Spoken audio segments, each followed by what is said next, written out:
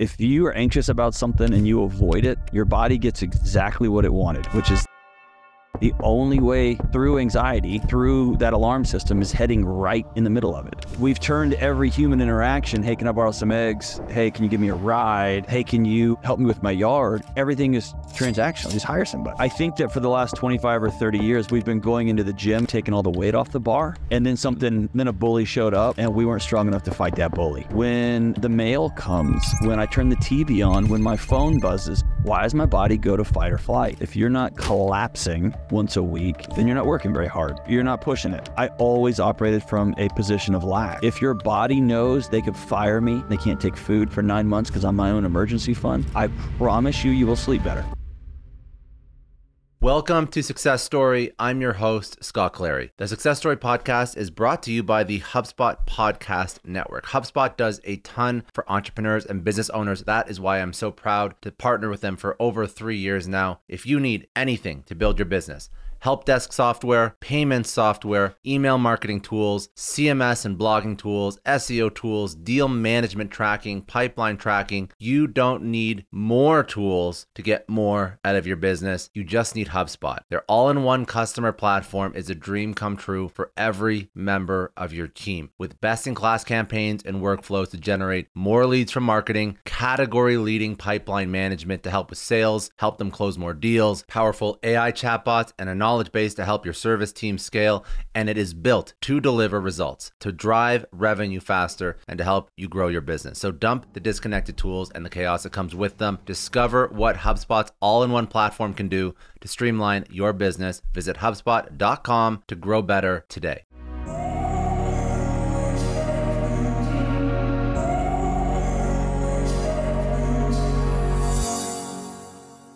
Dr. John Delony, thank you so much. I really, really appreciate you taking the time. I'm excited for this. Thanks for inviting me over to your house. Yeah, exactly. Next time when you get yourself out of the woods and come into the city, we'll have to do an in-person. But I want to keep it very simple just to sort of set the bar as we kick this off. I want you to define what anxiety means in your terms, in your perspective, through your lens. Yeah, anxiety is just it's just an alarm that your body sounds when it's trying to get your attention, when it has detected rightly or wrongly that you're in a situation or an environment that's not safe. Ta-da! That's it. That's all it is. So when you say it like that, you're saying rightly or wrongly. Do you actually believe though? Because I've been listening to some of your stuff, and it sounds like more often than not, it's rightly ringing that something's wrong. And I think that most people probably try and mask it in some capacity, but from your interactions, I mean, you've interviewed thousands of people, both as a podcaster, radio host, even in your job with students, you've interviewed tons of students. Is the definition you just gave of anxiety, is that a common definition? Is that how people recognize anxiety, or is this like a complete 180? Yeah, I mean, most people recognize anxiety as this thing that comes over you like a blanket, right? Or like, think of it like a boxer's robe. It's a thing that comes upon you like the flu or COVID, and or it's something you have, right? It becomes a part of you. It becomes a label, and it's not true, man. Most of the time your body's working perfectly. And when I say it may or may not be there, there is after a while it keeps trying to get your attention and get your attention and get your attention. Yeah, man, it will. That alarm system will just start ringing all the time. Or here's a common example. Dad wasn't a safe guy. And so when Dad's car drove up the driveway, you knew as a little kid, I got to get between Dad and Mom to keep Mom safe. Or I think I'm just going to go in my room and shut the door. Well, then 20 years later, you get married and your spouse's car comes up the driveway and you just find yourself wrapping up what you're doing and going into the bedroom and shut the door. Your nervous system put a GPS pin in that moment, and it's starting to quietly sound the alarm and send you into action to begin to protect yourself from something that actually in the real world is not threatening. And so most of the time, I think it's right. Yeah, you found your body's detected, man, you're not safe anymore. But sometimes it's trying to keep you safe because it doesn't have a new narrative yet. So that's tough, because then people have to discern what's real, what's present danger, what is it actually trying to tell me that I should pay attention to, versus is there maybe somebody I should go talk to? Is there some subconscious trauma loop that keeps playing in my brain that I have to address that isn't actually immediate and urgent that's really going to be something I should address, because it's not like it's not like I'm worried about running out of money and paying rent next month. It's something that isn't even real. So when you look at all the different types of things that impact our anxiety and our hormone levels that probably lead to this, and our subconscious and all that. Okay, so how do we discern what's real, what's not? How do we deal with different kinds of anxiety? I think you think of it just as you would a smoke detector in your house. Like, you go towards it. If you're a smoke detector going off in your back of your apartment or back of your house, you head towards it to see what it's trying to tell you. And most of us feel that alarm system and we run from it, or we numb it out, or the goal is to avoid it. And I just think that's a faulty way to do it. You head towards it. People who hang out with me will often see me.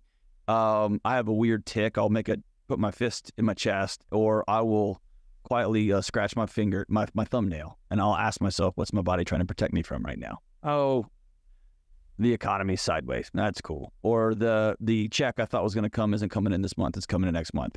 My body's working perfectly. I'm good. Right. And I think maybe I'll say it this way, man. If you are anxious about something and you avoid it, your body gets exactly what it wanted, which is that thing to not kill you. It's running on real ancient technology. And so if the stock market makes you uncomfortable, if other people make you uncomfortable, if that hard conversation you have to have with that abusive partner is what sounding your alarms, makes you anxious, and you avoid it, your body got exactly what it wanted, and it reinforces that anxiety response. You will be equal or more anxious in the future. The only way through anxiety, through that alarm system, is heading right in the middle of it. And for most of us, I can't do that by myself. I got to get a group of friends. I have to get a community. I've got to get a therapist. I got to get somebody to go with me, because at least in the short term, I can't hear through those alarms. They're too loud. And I need somebody that will walk with me. And the way I phrase it like that, we have a culture that is designed to A, avoid any sort of discomfort, and B, you're supposed to do everything all by yourself. And that is a recipe. That is the two ingredients that make anxiety what it is today. So how did we, as a society, I mean, you work with, study, understand people for a living. I'm sure a lot of it has to do with technology. I'm sure a lot of it has to do with the fact, I mean, even post-COVID, I'm sure it's gotten exponentially worse. Lack of human interaction probably didn't help at all. So how did we get here, that it's so bad that we think that we have to solve everything on our own, that we forgot about community, we forgot about leaning on people and being open and being candid, and I don't know, just being more vulnerable. Like, because men also, like, this is not like a specifically male versus female, men versus woman problem, but I don't think men historically also have been that vulnerable. I think that traditionally men have been very stoic and figure it out. So it's not like, you know? Yeah, but there's a myth there. And the myth is, you're right. I don't think men often had sit in a circle and sing Kumbaya together, but they built homes together and they went hunting together and they protected their entire tribe together. And so the old trope that women build community kneecap to kneecap and men build a shoulder to shoulder, I think there's some truth. There's some generalizable truth there. And that's gone. Now I go to work and sit in a cubicle and I email. Yeah. All by myself, or I work from home all by myself. And our wives stay at home all by themselves, or they go to the office and all by, like, we've just created the loneliest generation in human history, man. And I don't think we did it on purpose. I think we have a weird nexus where we got a whole bunch of access to capital. You either have money. My granddad, if he's out of money, he's just out of money. Yeah. And then when my dad was coming up, they invented this new technology called a credit card, and now it's just everywhere. And so we've turned every human interaction. Hey, can I borrow some eggs? Hey, can you give me a ride? Hey, can you help me with my yard? Everything is transactional. Just hire somebody. Yeah. You don't. Yeah, I'm not gonna go ask my neighbor for some eggs. I'll just Instacart it. I'm not gonna ask my neighbor for a ride. I'll just Uber. And so overnight, we had access to this capital that's never existed in human history. And we've had the technology to just avoid discomfort. For all of human history, you went out and tried to find food. Well, now we just push a button on our phone and just some dude in skinny jeans on a fixie shows up and hands us our food, right? Or all of human history, we're plagued by not enough water or too much water. Well, now we've got sewer systems and we have bathrooms and toilets in our house, right? So we've solved all these problems, and in the meantime, discomfort has become the enemy. And so we've created a culture that if it's uncomfortable, it should be avoided, and it's wrong. And if you're uncomfortable, you're a victim. Something really wrong is happening to you. Instead of we have to seek that, right? So we have no comfort. I mean, we have an allergy to discomfort. We're all by ourselves, and we can solve all those problems with credit. And man, that's just, our bodies weren't designed for that. You throw cell phones on top of it, and that's just gasoline on a fire. It's everything. It's all this convergence of technology. It all happened at once, yeah. Easy access to everything, of instant overnight satisfaction. And then we have pandemic and isolation mixed into that. Like it's all just creating this lonely person. I hear that though, that none of those things in isolation were bad. Yeah. I love leather seats. I love them. I like tires. I'm glad I don't have wooden wheels on my car. I'm glad all those things exist. I'm glad I have an air conditioner. I'm glad I have running water in my house. All those things are great. I think what COVID did for us was this. I don't think COVID was the problem. I think some things that happened in COVID were bad, but I think that for the last 25 or 30 years, we've been going into the gym and taking all the weight off the bar. And then a bully showed up and we weren't strong enough to fight that bully. And I think maybe I'm being over romanticizing the past, but I think 5 years after World War II, vets came home, COVID hits. I think the world has a very different response. I think all of us who have been going into air-conditioned gyms with no weight on the bar, and that's metaphorical, of course, but I just don't think we were very tough. Yeah. I think we didn't know what to do, and we just all freaked out, and we burned our cities to the ground. Yeah, I agree completely. So discomfort creates community previously in history, and right now we avoid discomfort, we avoid community. This leads to anxiety. We don't know how to fix it. We're all isolated. So, okay, that's a shitty situation. There you go. It's a pretty shitty situation. All right. So the fix that most people do outside of therapy, which would be a healthy response, most likely, they cover it up with drugs or alcohol or work or maybe infidelity or whatever it is. They cover it up with something, and that's distracting. I think that's probably how most people deal with anxiety. I mean, I had a friend, it was really messed up actually. I haven't seen this person in a long time, in New York, and to go to bed, he put a melatonin in a glass of wine and killed it. That's right. And I was like, dude, that's not, there's so many things wrong with that particular picture, but I feel like that's not uncommon. Right. Well, so, this is a very, like biologically, I'm dumbing this down below to where it can barely hold water, right? But if you're taking medication for, I say is it the 3 S's, for sex, for sleep, or for going number 2, like basic biological human functions, like 101. If you have to medicate for those, I want you to ask yourself about your environment. What is your body? What wars are your body fighting on a minute by minute basis that make core biological functions, things that are wired into our nervous system on a different hard drive, right? One of my closest friends on planet Earth is a paraplegic, and those systems still work, right? Like the other systems still work. And so, man, something that powerful, that important, that we're having to pharmacologically enhance, we've got to ask a harder question, which is not, why am I not, like, how do I sleep? How do I sleep? No, like, dude, why is your body deciding at 3 a.m. every single morning that it's got to wake you up? Because it has realized it's the only one, you're the only person you got. You're doing provision and protection and it's not designed for that. And so I think those pathologies are they're alarms, man. If you can't sleep, ask what's going on, right? Not How many more melatonin? That's scary, dude. That's a terrifying question. Yeah. Because there's so much to unpack there. Well, yeah. What is it? What do you do when you say, oh, I can't live in New York, right? If you think about, we've created a world that our bodies were never designed to exist in. What does that mean? Like, I can't drive that car because I can't afford it. And I might my frontal lobe, right? My neocortex might come up with some real elaborate no interest loan for 72 months on a depreciating asset, which sounds amazing. I can just have it now and just pay it off in 6 years or 5 years. That's great. Your amygdala knows, oh, dude, if you get fired, they take your transportation. If you get fired, they take your house. If you like, our bodies know that. Even, no matter how sophisticated our interest rates and our mortgage, loan packages are.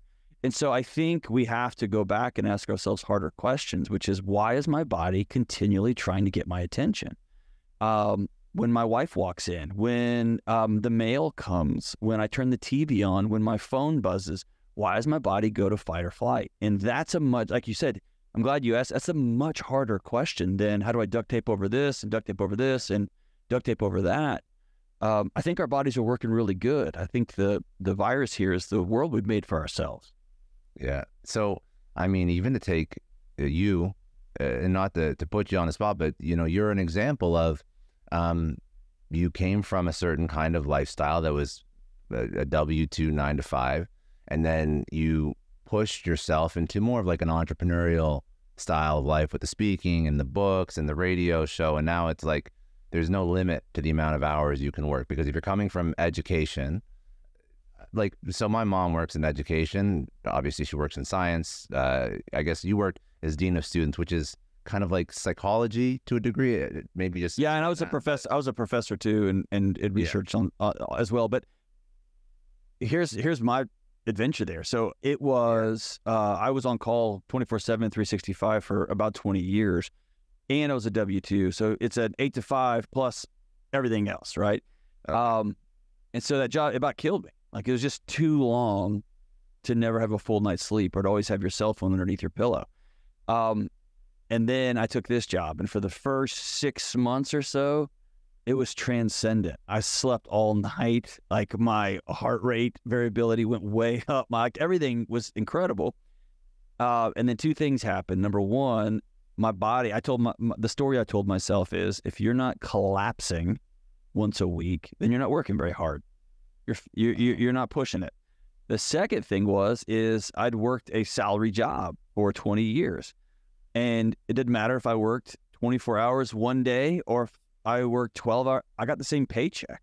Well, now I'm in a job where if I just like make more money, I get more money. And so I hit the gas in a way. And you've probably seen the interview. Like, it ended in a famous showdown in my garage with my wife, but it was a crash and burn. Like, you can't keep running like this. And I thought that money would solve all my problems. I thought it would solve my self-worth problem. That if I have this much money in the bank, and it's an obnoxious tale as old as time, is I'm going to out-earn and outrun and out-achieve and out-certificate my insecurity. And it's just like cocaine. It works until it kills you, right? And it sucks. And here we are. So when you're looking at, So I didn't even realize that you were on call. So there was a different version of stress and anxiety in the first season of your career, and then an equally as potentially unhealthy, although it feels great to work more and earn more, but equally as unhealthy, because there's a whole other problem with that entrepreneurial version of anxiety and stress. So for those two people, those are two very real avatars of people that are listening to this show. There's the entrepreneur and there's the really hardworking W-2. Maybe not all the time on call, maybe.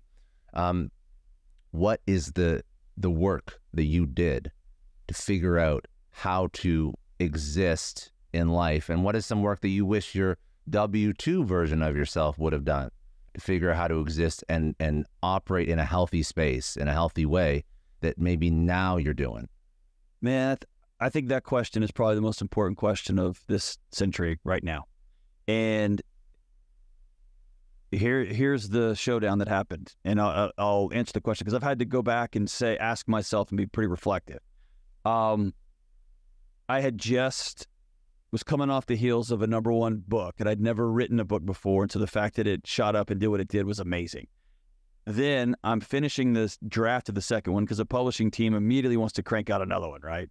And now I'm speaking all over the country.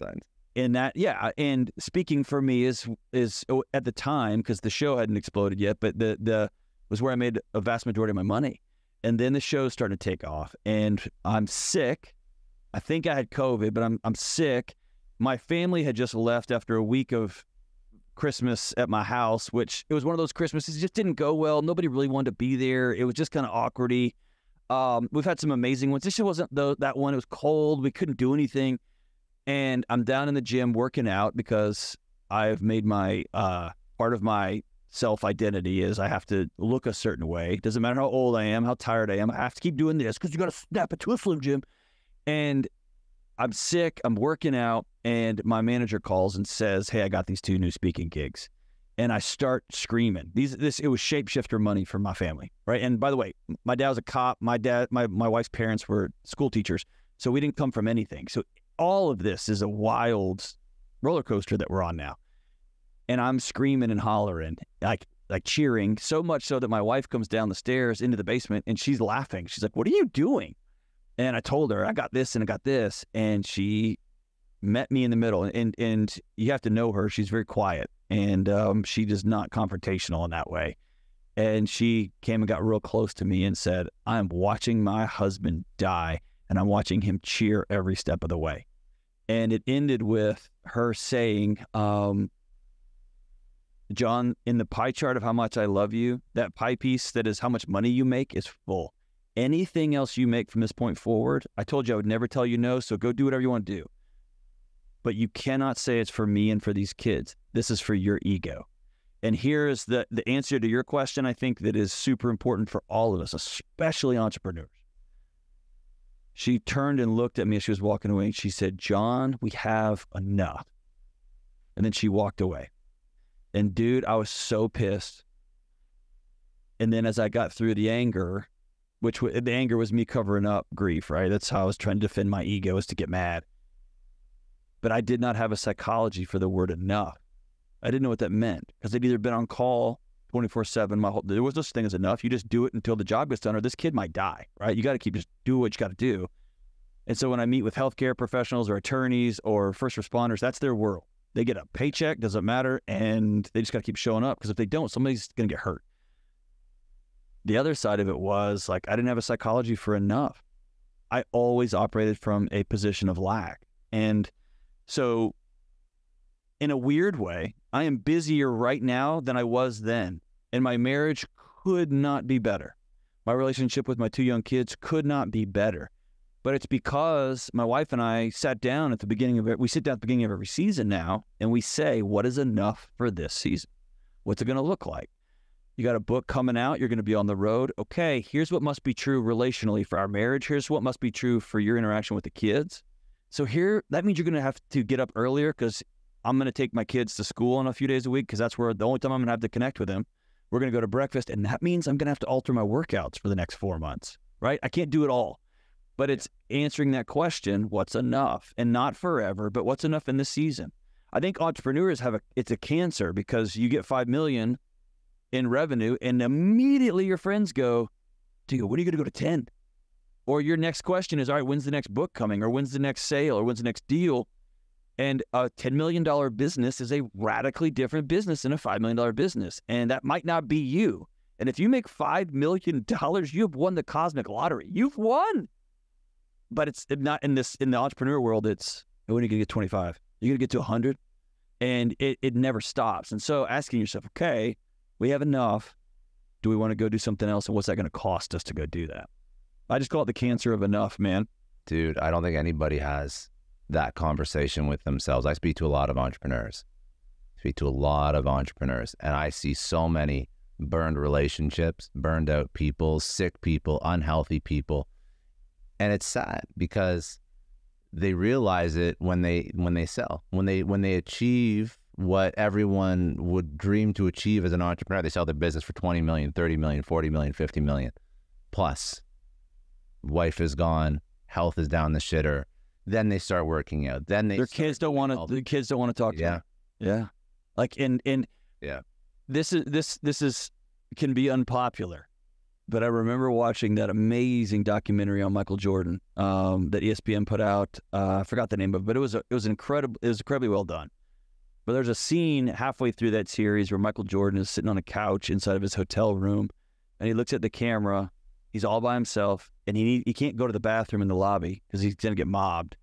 And he looks at that camera and he says, "You don't want my life." And he just signed like some $90 million deal, which back then was at $80 billion, whatever. Of course. But I remember I kept thinking as I watched that documentary, the greatest player of all time.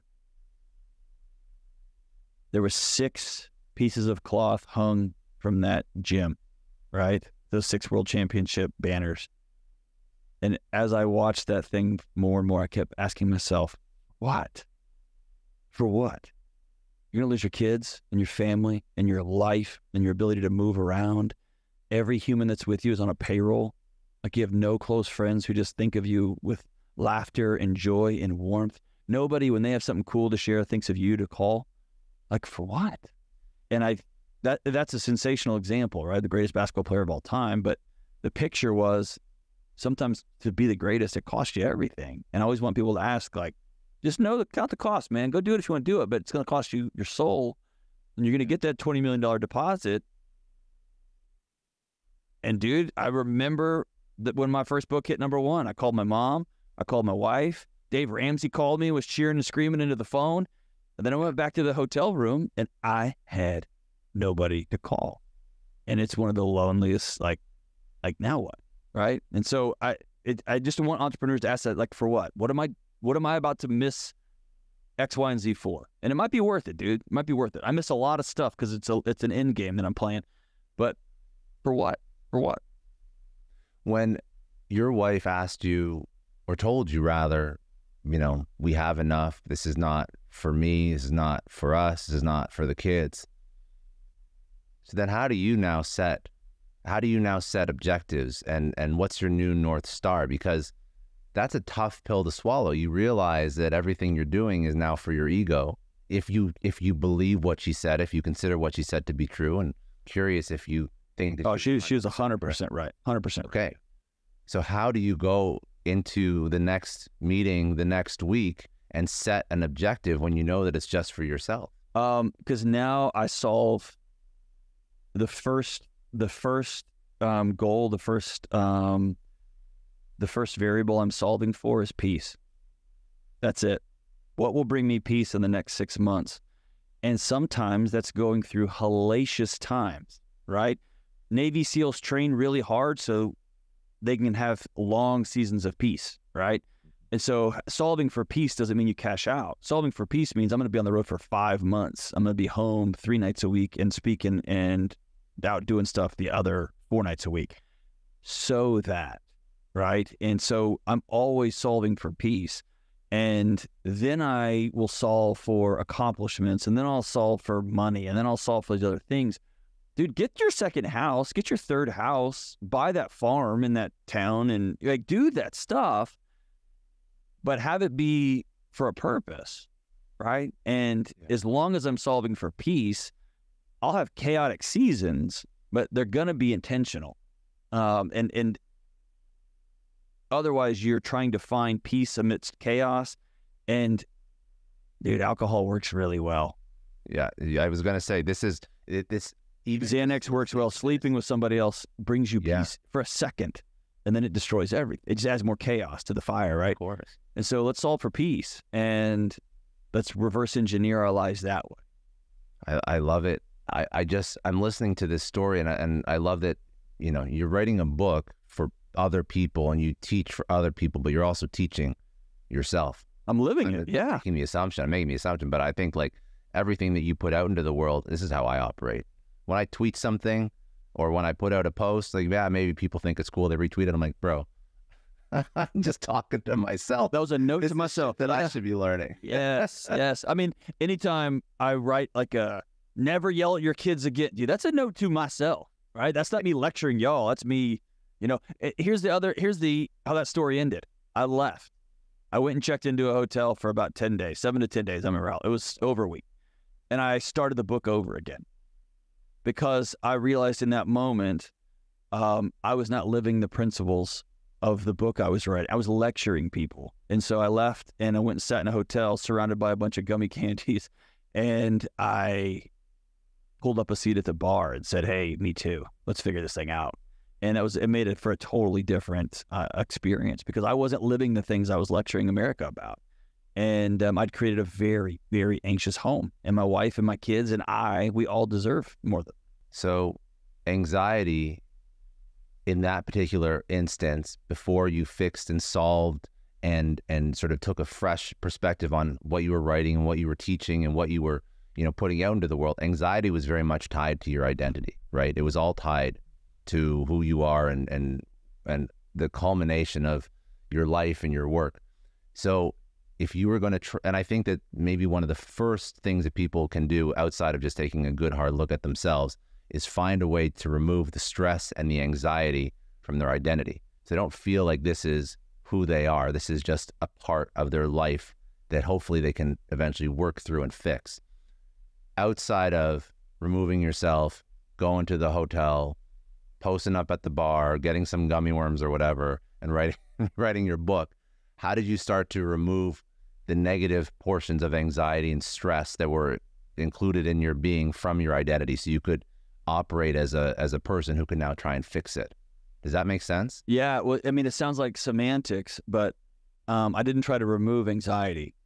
I tried to be honest about what my body was trying to tell me. My body was trying to tell me, you've got to rest. My body is trying to tell me, you've got to reconnect with your wife. Y'all are now running parallel lives in the same house. You've got to repair your relationship with your kids. So it was, the anxiety was right. My body was working great. It was me asking, okay, what are the things I need? Where are the fires in my house I need to put out so that the alarms will quit ringing? If I deal with the fires, the alarms take care of themselves. Yeah. And I don't want to live in a house without alarms, by the way. Like, the goal isn't to remove anxiety from your body. You can do that pharmacologically and it'll kill you. Your house will burn down. I want those alarms to go off. I just have to know that when they go off, it's my body trying, as Wendy Suzuki says, Dr. Suzuki, she says, anxiety's a friend, man. It's just getting your attention, dude. And I want it to get my attention so I can go address the issue that it thinks is at hand. So then, when you even look at like how, the name of the book is a non-anxious life. So actually that's not even what you're trying to achieve. The result will be anxiety not impacting you to the same degree, but ultimately it's about understanding where it comes from. Yeah. And so follow the path, man. And if you do these things on a regular basis, of course you're going to have trials, you're going to have tribulations, your mom's going to get cancer, your wife might cheat on you. Like, things will happen in your life, but your body will always know you're in the driver's seat. And doesn't have to sound the alarms because it can handle things if you've got margin, if you've got a foundation built. Success Story is part of the HubSpot podcast network. In the network, there are other incredible podcasts like The Ops Authority, hosted by Natalie Gingrich. Every week on The Ops Authority, Natalie discovers actionable strategies to move your business forward and transformational stories of powerhouse business owners who value operations. You can't ignore back-end pieces that have to work together and flow smoothly in order to build a brand, grow a movement, or disrupt an industry. If the operations side of your business is a mess, putting out fires will always take priority, leaving no room for creative innovation, visibility, or networking with powerhouse peers or even wannabe powerhouse peers. You got to get your house in order. And to do that, you have to listen to The Ops Authority wherever you get your podcast. So I love frameworks, and you built one that is pretty powerful. So there's 6 choices. Explain to me what these choices are solving for. So now we've sort of figured out that, you're not getting rid of anxiety. It's a signal. Listen to the signal. So these 6 choices that you've built a book around and you've written about and you speak about, obviously reality, connection, freedom, mindfulness, health and healing, and belief. So can you give me an understanding of those are just words to me. How do they impact me? How do I apply them? What's the routine? What's the playbook? What's the framework so that these will at least help me start to move in the right direction? So I think by labeling them choices, when I send the draft out to a few of my friends who are in the, academic nerds or clinical professions or whatever. And their initial pushback was, nobody chooses to be anxious. I said, you're right. We don't, but we do choose lives, or we get thrown into lives and our body sounds the alarms, right? We do light fires and then the alarms go off. And so I tried to take all the neuroscience and all the yada, yada, yada, partridge in a pear tree, and distill it down to what are the 6 most common things that our bodies sound the alarm on. And that's that path, right? And so for most of us, a few of these, if I told you, hey man, you got to start exercising. For me, that's easy. I feel good. I've been exercising my whole life. I love it. If you tell me I got to go sit with a doctor and do blood work every year, I hate meeting with doctors, but okay, I'll do that. If you tell me I got to deal with my childhood trauma, you can go to hell. I'm not doing that, right? I'm good. I will flex through it, and look how much money I made, right? And so, or if you tell me to be mindful, it may be that your power is in your anger, in your rage, in your witty, sarcastic responses, or the way you drive up on the bumper of somebody when they cut you off. That's where you feel powerful. And so when I tell you, stop. That guy cut you off, take your foot off the accelerator for a second. Let him pass. Go on about your day. You might say, I can't do that. So most of the time people work through this path, and a couple of these are real easy, a couple of them are challenging, and a couple of them feel like a nightmare. And I would suggest you both start where it's easy, and then you head right into the nightmare part. Why are you so resistant to paying off everything you own? I don't care about your interest rates. I don't care about net worth. I don't care about any of that crap. If your body knows they could fire me and they can't take my house and they can't take my car and they can't take food for 9 months because I'm my own emergency fund, I promise you, you will sleep better. I promise you, you will be able to deal with things in your marriage differently than if I've got a mortgage and I'm taking this, I took a HELOC out and I'm investing it over here, and then I Robinhood it. Your body's going to be screaming at you 24/7. You're not safe. You're not safe. You're not safe. They're going to take the house. And so that's the point. That's the path. And it's like brushing your teeth and putting on deodorant every day. Have I called a friend today? Did I stop for 30 seconds and look my wife in the eye and tell her I love her? Did I connect with my kids? Did I exercise today? Do I really need that bag of gummy candies, right? Do I need to make an appointment with a counselor? It's just checking in with yourself. And we're going to make that a part of our life. And then what takes a few hours at the beginning takes about 5 minutes. I sat on an airplane yesterday. I'm pretty spun up. I've been traveling like crazy. And I pulled out, I tried to get some cooler. I asked Jocko one time, we're doing an event together. I was like, hey, I need like a cool, there's not one. It's just a diary. It's just a journal. But I just go through it real quick, man. What is your body trying to get your attention about? Well, dude, I ended up with like 2.5 pages. Like, oh, my life's crazy right now. Yeah. Of course I'm anxious. And so I'm not going to war with my body anymore, man. I'm just going to figure it out, and then I'm going to take the next thing I can control. One of the most, I'll ask you and then I'll have my own opinion. But I'm curious which one you think out of these 6 people have the hardest time with. Because I have my own thesis, but I want to hear, you've done the work. So yeah, what do you feel? Globally speaking, what I would call those who follow the religion of theory, they struggle with the choosing freedom part, the clutter and the calendar and the boundaries and the finances. Just because there's like, I'm not going to pay off my 3% mortgage because I'm making 4% in the market. Like, they try to make it a math problem, and it's not. Anxiety is not a math problem. I would say the 2 biggest challenges are connection and, like, you got to have community. I think that's hard for people to do these days. I think choosing health and healing, if you look at the obesity statistics, is very, very hard. And I think choosing belief is a nightmare for most people in the 21st century.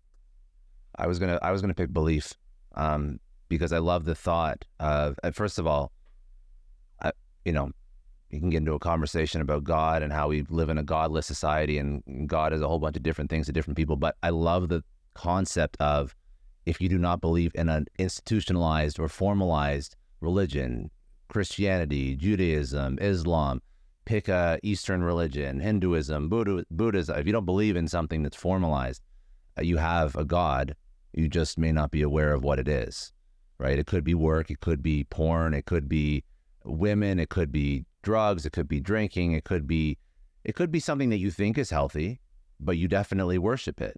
And worshiping anything it's not great, Well, that's that beautiful David Foster Wallace quote. Like, he, as an atheist, he was like, we are made to worship, and you will worship something. And if you worship beauty, you will never be beautiful enough. You'll always see every wrinkle. And if you worship money, there will always be somebody with a nicer car, a bigger house. Like, you will worship something. And so the question is, what are you going to worship? I think it's probably more dangerous to, and listen, it doesn't matter if you're religious or not. Like, it doesn't mean anything to me. It doesn't change who you are as a person. But if you do not believe in formalized or institutionalized religion, then I think that you are not aware of what you worship, and you are not aware of the ideology you subscribe to. Well, and you don't realize. I think we intellectualize that. I don't think you realize that your nervous system knows you are anchored into the fact that you have no wrinkles. And now you've moved from facials to Botox. Now you went from Botox to surgery. Now you went from surgery to, like, the path doesn't end, but your body knows we are anchored into something that can't hold. The center can't hold. And I'm a Christian guy. Like, my family is Christian. That's our gang. But the approach in this chapter was very much anthropological and evolutionary psychology. For all of human history, people have walked outside of their tent and fallen to the ground and looked to the sky and said, "Dear God or gods, please rain or my family will die." And then in the last 150 years, we've gotten so arrogant, and we think that we are the center of the universe. And I think we're all realizing right now, we burned the last of our institutions down during COVID, education and government and any sort of religious narrative that bound us together. And I think we have become a completely untethered humanity, and we were never designed to float around like balloons. And I think our bodies are screaming at us to reconnect. And right now, the only connection we have as a culture, the only unifying factor we have as a culture, is who we hate together. We have no unifying, hey, we're all going this way together. And so you have to believe in something bigger than yourself. I've got atheist friends who fully understand and believe. It's not a matter of belief, but just they are truly intertwined with, I am born and I will live and I will die and I will become part of the soil, and that tree will, like, they get that they are part of something bigger than themselves. And there are people all over the planet who are plugged into different systems. The point is, you have to have something bigger than yourself that you're plugged into, or your body won't let you rest. It can't. What's the healthy thing to plug into for the person that is quote unquote secular, maybe even an atheist that hasn't even given it that much thought? The concept of I'm born, I die, I decompose, I get turned into a tree. That's even like a level further than some people who are secular, who just don't think. They just do. They don't even think about it.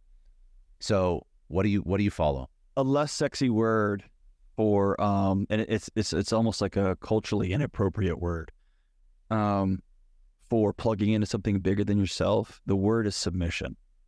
And our entire culture is wrapped around, we don't submit, we don't tap, we don't quit.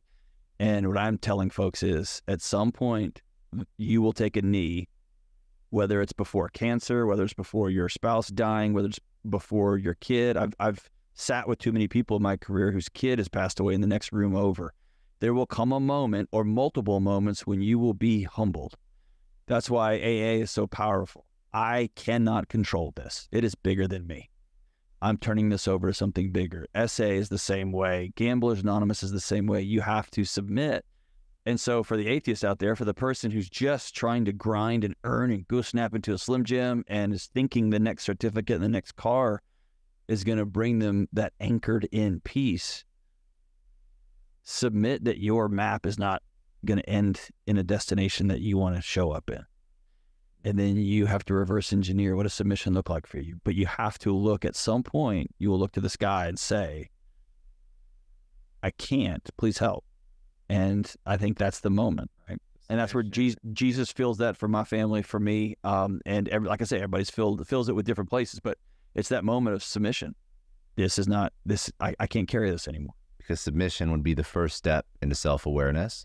Because if you can't submit, then why would you look inside? If you can't submit and think that something's bigger than you, then why would you think that something's wrong with you, right? Well, I think people know something's wrong. they just know there's a solution out there. There's a pill for that. There's a drink for that. There's a new Netflix series for that. There's another woman who they can swipe right, and there's a man that in the cubicle over there. That's not their husband, right? They keep going and going and going and going. But I think deep down, this book's a book about reflection, man. Like, reverse engineer your life. I love how Peter Attia talks about medicine 3.0. Like, we're really good at solving medical problems, but what if we worked really hard on pushing out how long it takes you to actually get one of those medical problems? That's hell, right? And so, man, we're really good at playing whack-a-mole with anxiety symptoms with all kinds of pharmacological agents and different hacks and sleep stuff and temperature. Like, we can hack our way to all kinds of things. But dude, what if you just got into the middle of that and said, what if my body just fell asleep at night because I was tired? And what if I drank coffee in the morning because I wanted it, not because I have to? And what if when me and my wife got sideways, I knew she loved me and she's not going anywhere, and I could say, hey, here's what's going through my head right now. That's just a peaceful way to live, man. Or in the book I wrote about, my cousin, while I'm finishing the book, he just died, right? Just died. Yeah. And peace was not that my family's going to live forever. Peace was, for 15 years, my wife and I had worked really hard to not owe anybody any money. And we're not super rich.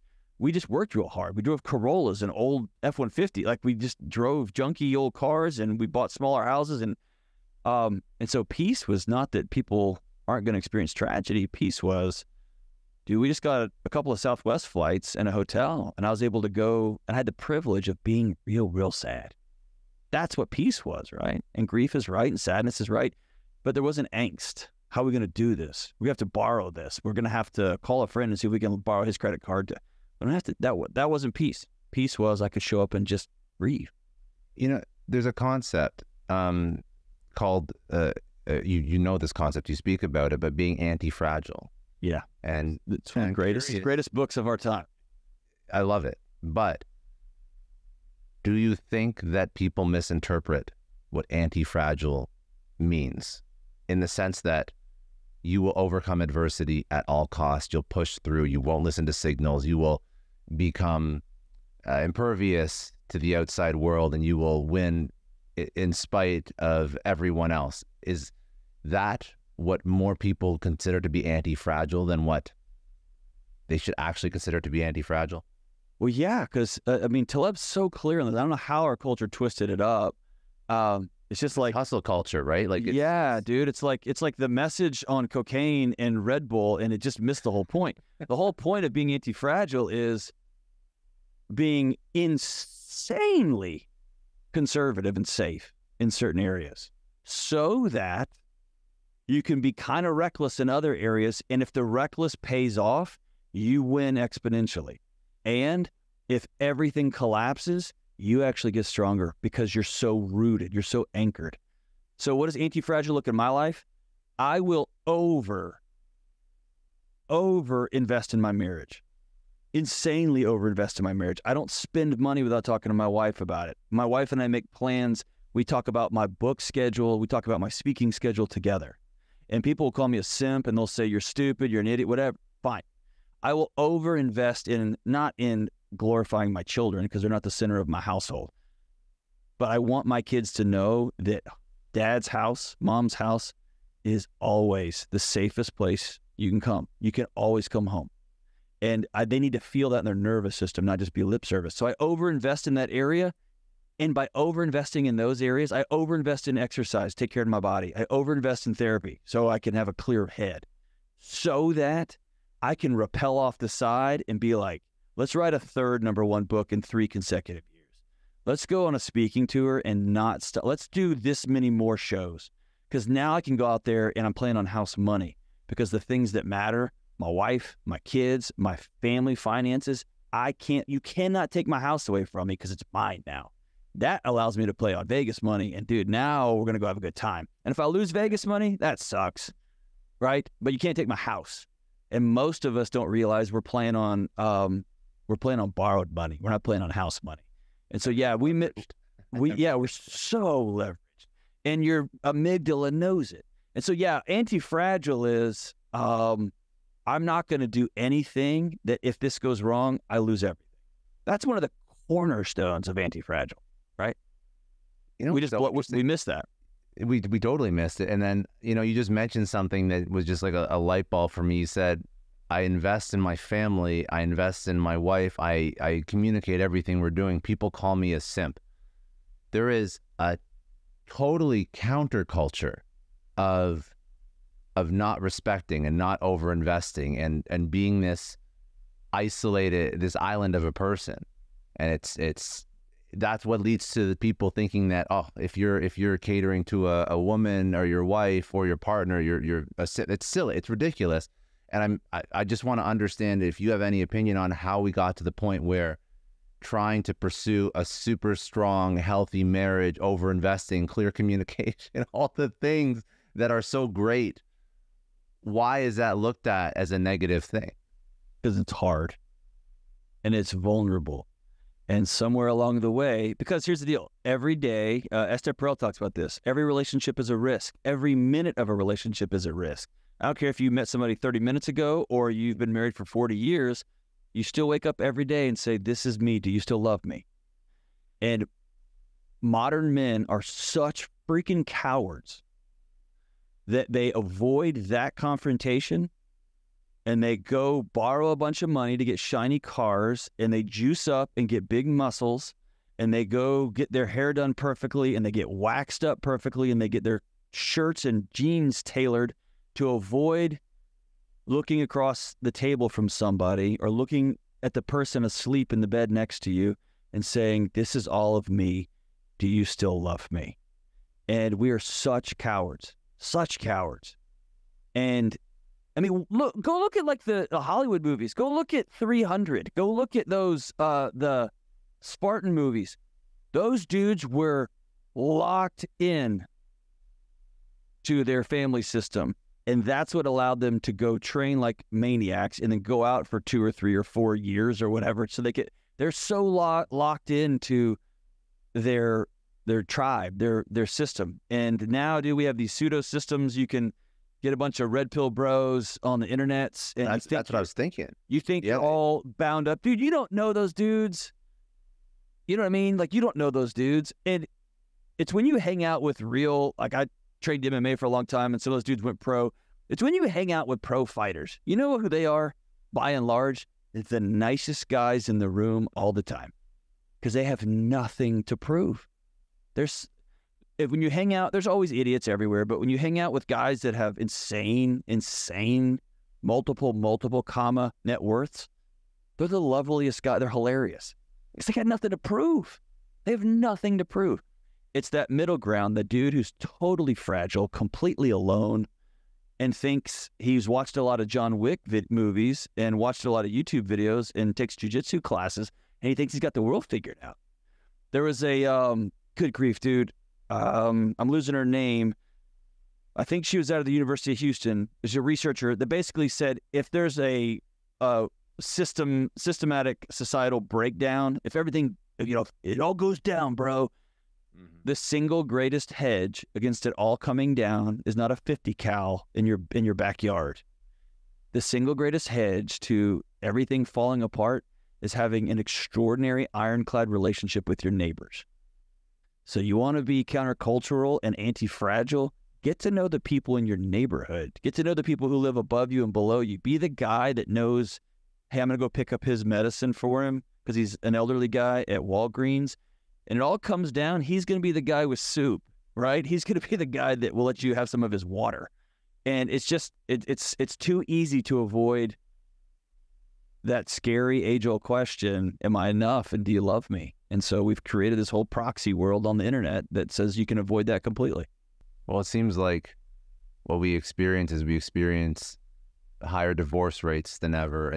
And I don't want to go on too many tangents because these are all very, complex topics. I don't want to oversimplify them, but I think a lot of it does come down to a lot of the things that we've been speaking about today. So higher divorce rates, maybe a little bit of the death of the nuclear family, and then this weird red pill counterculture that you see, and these people, young men that don't date or don't have sexual partners, and it's all, and then there's a whole other side of the spectrum, which is also strange and weird and too much woke and too far left and too far right and extremes on both sides.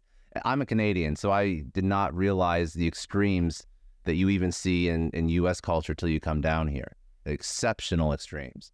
But it goes back to what we were saying earlier about we have an allergy to discomfort, and we are now led around by our feelings. And if I'm quote unquote not feeling it in my marriage right now, we say stupid things like, well, I guess this marriage just ran its course. Like, no, you quit. And you can quit. You can do that all you want, but it doesn't just stop, right?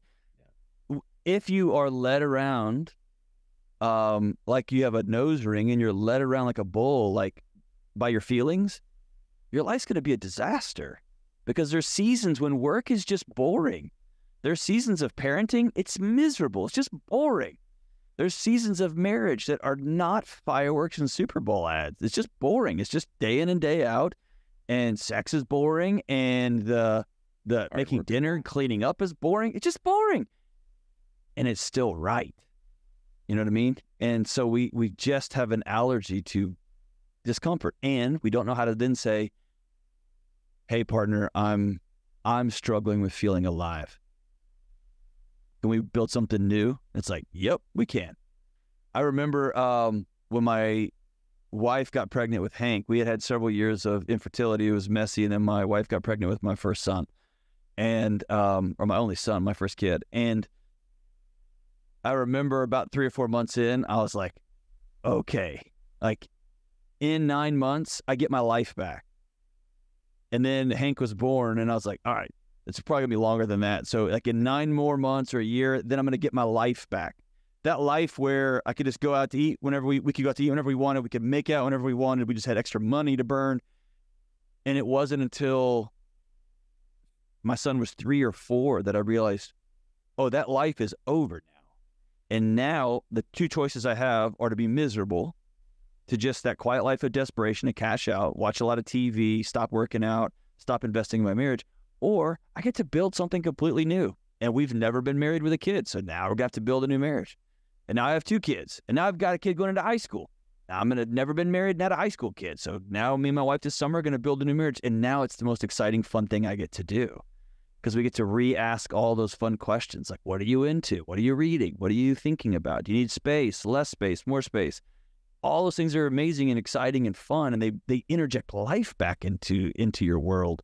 And you don't have to hide from all the scary stuff. You get to jump right in the middle of it. And it's all on the other side of hard work. All of it, man. All of it.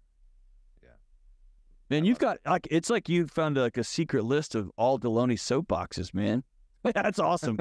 No, listen, you're a great role model. And I just love unpacking how you think through life, because, you know, candidly, what I just referenced, I don't see a lot of great role models anymore. I don't. It's sad. It seems like the people that we follow, I put in air quotes, the role models are just the loudest, saying the most crazy, outlandish shit. And I don't think that's how most people are, but I think that that's who we find on the internet. And because we're so isolated and we don't have good community ties, and we don't have groups that we hang out with on our day-to-day, and we clock into work and we go home and we're depressed and we feel like our partner or our boyfriend or girlfriend or husband or wife isn't even on our team anymore, and we clocked out 5 years ago, you know, who do we follow? Well, we follow the person on our feed, as opposed to somebody who actually has put in the work and tried to build something good. So, man, you just nailed America right there, man. Well done. Well done. Hey, but here's where I'm super hopeful. Yeah. I think that the tide is turning in a profound way. People have realized we're there. We're here now. And people have realized, oh, we can choose something different. And that's what makes me super optimistic. I was the dean of students at some undergraduate, graduate schools, and then I took a job as the dean of students at a law school. And there was 3 of us in the country at the time that were dean of students at law schools that were not attorneys. And they brought me in. So it's very rare that somebody has this job. And they brought me in just to help deal with the mental and emotional challenges that law students experience in such a trying educational environment. And I remember it was about the first 3 or 4 months, And I kept coming home every day, just complaining to my wife over and over. And her Ph.D. is in curriculum instruction. So her academic career was training teachers. And so I'd come home and complain and come home and complain. These students don't know how to write emails. They don't know how to talk. They don't know how to look people in the eye. I was just whining all the time. And one day she said, hey, I was thinking, you should quit. And I was like, what? And she goes, yeah, clearly all these students are just too stupid for you. You should quit. And I looked at her and she goes, or they hired you to teach them. Maybe you could teach them. And it really became oh yeah, that's my job. And so we've got the most anxious, insane culture that's ever existed. Okay. Like, I'm not going to beat my head against the wall. Let's start offering, here's what this looks like. Here's what this feels like. Here's a path here. And let's awkwardly, weirdly go practice this. And I'm confident that over the next 10, 15 years, as the world changes in some ways doesn't change at all, that there's going to be some radical, like, I'm just going to move to Kansas, man. Like, you know what I mean? Like, I'm going to go fishing. My company's at 10 million year over year. I'm good. Like, I'm whole. Or I'm going to sell my company and then I'm going to go to work for a small startup over here. Like, I think there's going to be a positive move because people are just done with it. I agree. And the point about your wife just checking your complaining and sort of opening your eyes, I think this is another thing that not enough people really understand, like the power of a good partner that you are vulnerable with. I'll tell you something, just a very quick story. Your story reminded me of a little bit about my girlfriend, soon to be fiance, soon to be wife, been together for a long time. Yeah. Get it. Yes. But, I've gone through so many different jobs, careers, businesses, just things while we've been together. It hasn't been 20 years, been 5 years, enough time to go through different versions of my life. And she pointed something out, because every time I'd be doing something, I'd be complaining about, co-founders is shit, can't get their stuff together. Like, I really can't stand this. I want to do something else. Or like, this job sucks. Like, I can't stand it. I want to quit. Like, why am I here? Anyway, every time I say it, she's like, okay, then do something else. Like, I don't care. Like, I trust you. You're smart. You'll figure it out. But every time she's like, just so you know, I keep track of everything that you've done, and nothing has ever been good in your mind. Nothing's ever been good. And look at what has actually ended up happening. And it's been quite good. And she's like, so when you're in it, you as a person cannot see the positive, and all you do is complain and whine, and it works out in spite of that. So I always trust you to move on to the next thing, but know that you have to remove yourself from the shit that you're dealing with right now. And I know it sounds so simple, and I consider myself I'm not an Einstein, but I'm not an idiot either. And in the moment when you're doing the thing, it is very hard for you to take an objective look at what's going on. And having, whether or not it's a partner, whether or not it's a friend who you can truly call a friend, that isn't just around because, I don't know, because you're cool or you're rich or whatever, like a true friend that has been with you through thick and thin for, since high school. Whatever that person is, vulnerability, it's a superpower, because it reframes how you look at problems. And all of a sudden, when you look at problems in a non-objective way, or you check back in with somebody who has a different view of your reality, it's like your decision making gets better, your energy levels, your cortisol reduces, your sleep gets better. Like, it will physically, like, literally save your life. Because if you didn't have that person and you do that for 10 years and it's nonstop, my life and everything is breaking, you're going to have a heart attack. Yeah, or at least you're not going to be very healthy. That's beautiful, man. Like, I hope everybody listening to your show takes that message with them.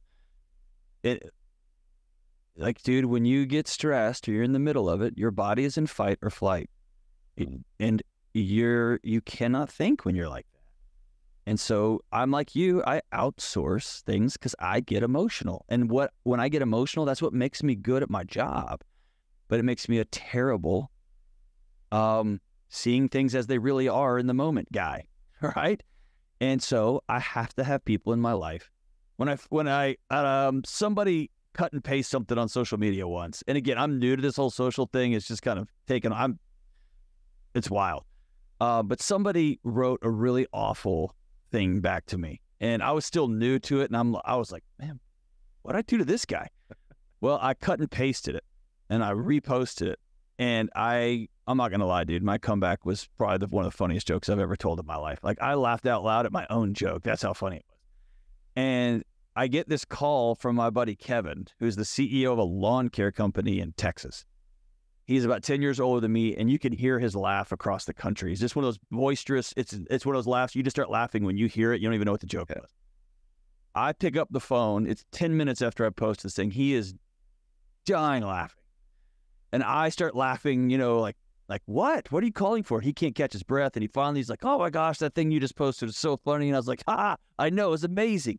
And he goes, whoo. And he finally catches his breath and he goes, oh man, hey, take that down. And I was like, what are you talking about? And he goes, take that down. And I got kind of indignant. I was like, dude, that's funny. And he goes, that was super funny. Take that down. And I go, why? And he said, the world doesn't need another ass. And number two, that's not you. That is you pretending to be some he's like, that's not you. That's not who you want to be in the world, man. And I was so mad and he was so right. You know what I mean? And so I have to have people like that in my life that will, yeah, that was funny and we're not going to do that. Or there was a couple of chapters in this book. Now these, I get it. All the information's correct and it's probably important. Takes away from the story you're telling here. And so we're going to cut them. But I trust you, right? Or my wife says, we have enough, man. I don't feel it in my body, but I trust her. And so that will get me until I can get calm again. And then I can look at the numbers and we can make some different decisions. So I think outsourcing emotions and feelings is really, really an undervalued proposition, especially for entrepreneurs who are going at it alone. You got to have people in your life. Yeah. Okay. One last thing that I love to do. I mean, your life has evolved since you've written this book. What's one thing that you've thought of, has happened to you, you've learned since you wrote the book that you would have liked to have included in it? That winning won't make you well.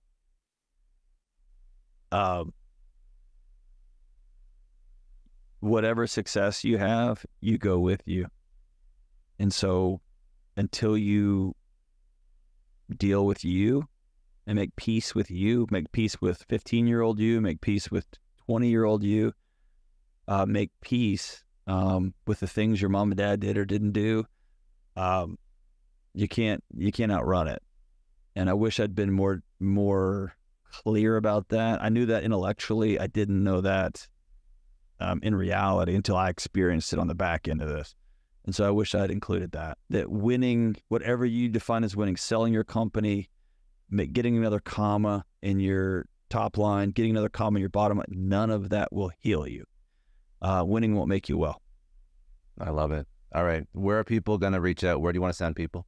Man, after and only after they listen to your show, you can come over. I have a call-in show like old Fraser Crane, Dr. Phil. Love it. People call in and we just handle their situations live.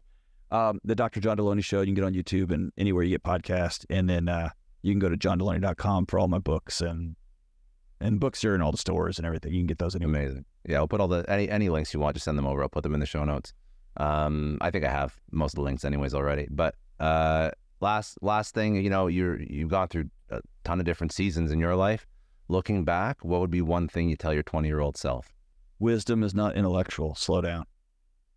You can read every book, you can listen to every podcast, but until you've been in a room where 10 people just got fired, until you've been in a room where you can read about death, until you've told a mom your son has died, you can read about divorce, but until you're holding a woman whose husband just packed up and left and she can't stand up because she's weak, that's wisdom. And so I would tell my 20-year-old self, chill out. Mm. Put yourself in more situations where you can actually experience these things. Stop just trying to hack it and read your way around it. Get in the middle of it. So that means you got to work hard. But I would say slow down, chill out.